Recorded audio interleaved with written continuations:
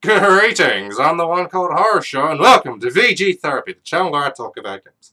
And the game I've got for you today is so goddamn metal, it is Majyūō, the King of Demons.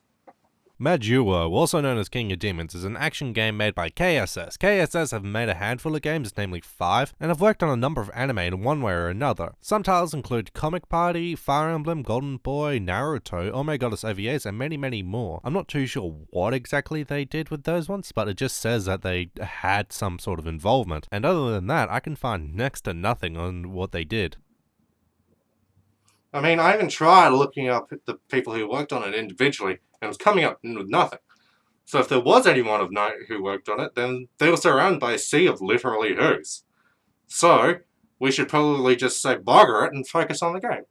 The game follows the story of a man who was betrayed by his bestie, Bayer, who sacrificed the MC Abel's family in order to revive Lucifer and become a demon himself, and after telling Abel this, he bodies him in one shot. After a quick revival, Abel continues on, finds his wife in the form of a spirit and then a pixie, and he enters what seems to be a floating island of hell to rescue his daughter to stop the resurrection of Lucifer, the King of Demons. Does he complete his quest or does he fail? Depending on the ending, he might. I mean, there's multiple endings, but since they tie into a gameplay mechanic, I'll just get into that a little bit later. You progress through the many levels of hell, starting off in a tunnel area which is connected to a sewer system with this happening in the back, and then the lab part of the Spencer Mansion. Only the first level is this disjointed, the next one is all over Grand City, then a train, followed by an ice temple, fire temple, and flesh temple, each one with 1 or 2 mini-bosses, with the last mini-boss just being before the final boss. You might have noticed some of the enemy and level designs. These look pretty metal, yeah? Well, this is what drew me to the game, all the cool visuals. This does look like a 90s anime depiction of hell, and then there's you, Abel. He's some guy with a red headband, a white shirt and jeans. He looks like he belongs in a beat-em-up until he pulls out a gun. You start off with a weak pistol, a Hadouken-esque energy blast when you charge your attack, and a dive kick.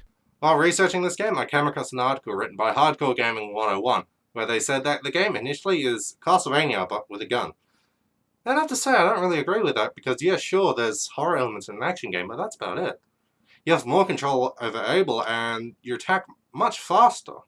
You can jump, double jump, and control yourself in the air. You've also got a dodge roll to quickly avoid danger, and then things get interesting. When you defeat a major boss, they drop a jewel, which slowly changes between red, green, and blue, each one turning you into a different demon. He who fights monsters should see to it that he himself does not become a monster.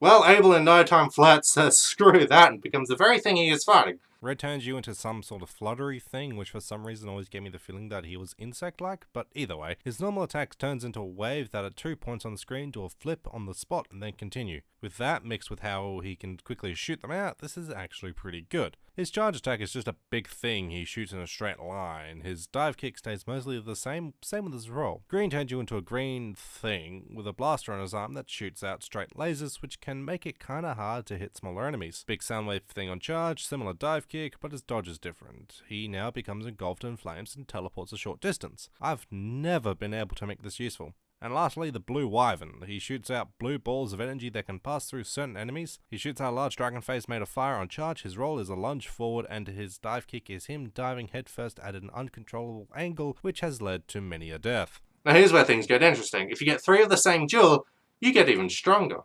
For red, you turn blue and your charge now shoots out and loops around. Green turns red and his charge shoots out roughly 1/6 of the screen, then explodes and goes out in 4 directions. And blue turns you black and your charge is the exact same, but you fly along with it.